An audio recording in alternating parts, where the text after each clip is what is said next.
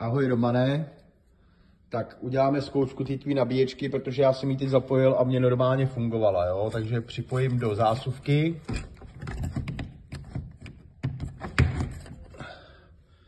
Do zásuvky mám napojeno. Teď přijdu teda k nabíječce, nahodím jistič, jo? A teď ano, nic samo necvaklo, protože už mám nabitý kondíky, takže zmáčknu cvak.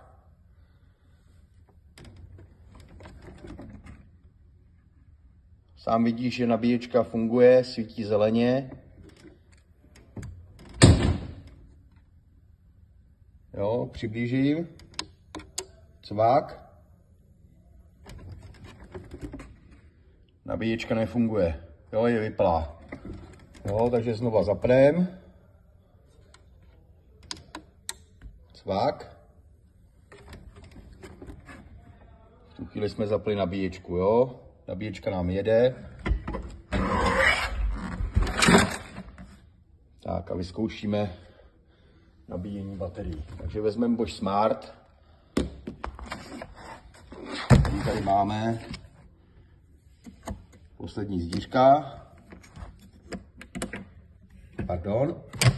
Cvak, připojím Bosch Smart. Cvak a rozsvítila se mi modrá Bosch Smart. Teď teda vezmeme Božku.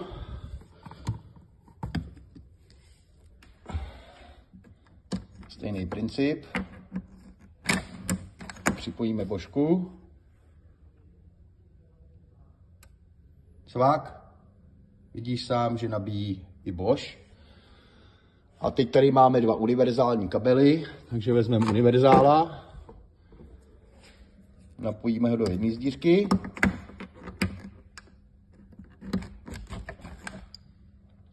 Svítí, nabíjí, jo. Všechny tři zatím nabíjejí. Univerzála vypojím jednoho.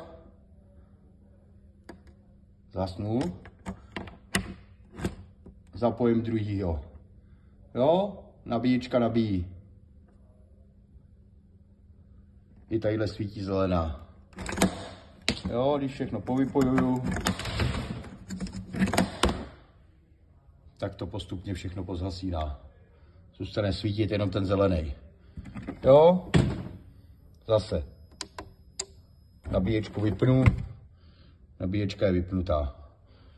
Jo, takže nabíječce nic nebylo. Nevím, jaký byl problém nebo příčina toho, že vám to nešlo nastartovat, ale tady to normálně funguje, sám to vidíš.